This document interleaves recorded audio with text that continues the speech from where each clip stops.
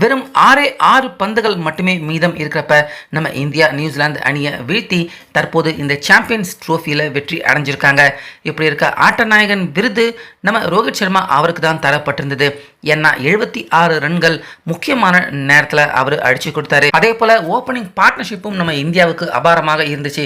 இந்த இரண்டுல ஏதாச்சும் ஒன்று இல்லாமல் போயிருந்தா கூட நம்ம இந்திய அணியின் வெற்றி கேள்விக்குறியான ஒரு விஷயமாக தான் மாறி இருக்கும். அதுக்காகவே ரோஹித் சர்மா அவரை கூப்பிட்டு ஆட்ட நாயகன் விருது தரப்பட்டிருந்தது. அப்போ அந்த போஸ்ட் மேட்ச் பிரசன்டேஷனில் இந்த ஆட்டம் மட்டும் கிடையாது, இந்த தொடரே இந்தியா ஜெயிக்கிறதுக்கு வருண் சக்கரவர்த்தி, நம்ம தமிழக பிளேயர் வருண் சக்கரவர்த்தி அவர் தான் முக்கியமான காரணம் அப்படின்னு நம்ம வருண் சக்கரவர்த்தி அவரை பற்றி பேசி அவர்கிட்டயே கடைசியாக அந்த ஆட்ட நாயகன் விருதையும் கேப்டனான ரோஹித் சர்மா அவர் தந்திருப்பாரு. ஸோ ரோஹித் சர்மா இப்படி செய்வார் அப்படின்னு அங்கே இருந்த யாருமே எதிர்பார்க்கல.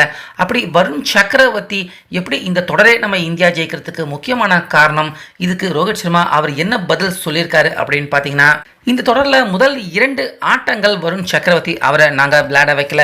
அதுக்கு அப்புறமா நியூசிலாந்து அணிக்கு எதிராக 3வது ஆட்டம் தான் வருண் சக்கரவர்த்தி அவருடைய ஸ்கில், அவருடைய போலிங் திறமையை பார்த்து சரி இந்த ஆட்டம் ஒரு ப்ரெஷர் இல்லாத ஆட்டம் தானே அப்படின்னு நியூசிலாந்து அணிக்கு எதிராக 3rd ODI தான் நாங்கள் விளையாட வச்சோம். ஸோ அந்த ஆட்டத்திலேயே 5 விக்கெட் வீழ்த்தி நியூசிலாந்து அணியை வருண் சக்கரவர்த்தி அவருடைய போலிங் திறமையால் கதற விட்டார். ஸோ ஏற்கனவே வருண் சக்கரவர்த்தி அவருடைய டேலண்ட்டை பற்றி எங்களுக்கு நல்லா தெரியும்.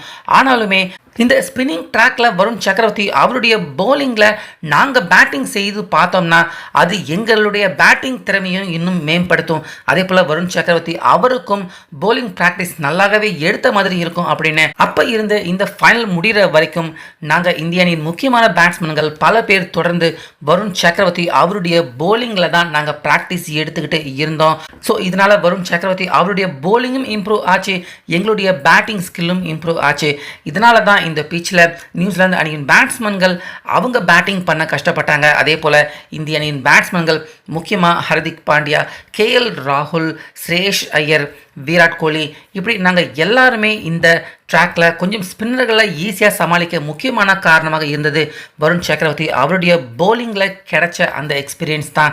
ஸோ அதுதான் கடைசியாக இப்போ இந்தியாவுக்கு இந்த சாம்பியன்ஸ் ட்ரோஃபி கப்பையும் வாங்கி கொடுத்துருக்கு அப்படின்னு நம்ம வருண் சக்கரவர்த்தி அவரை பற்றி புகழ்ந்து பேசின ரோஹித் சர்மா.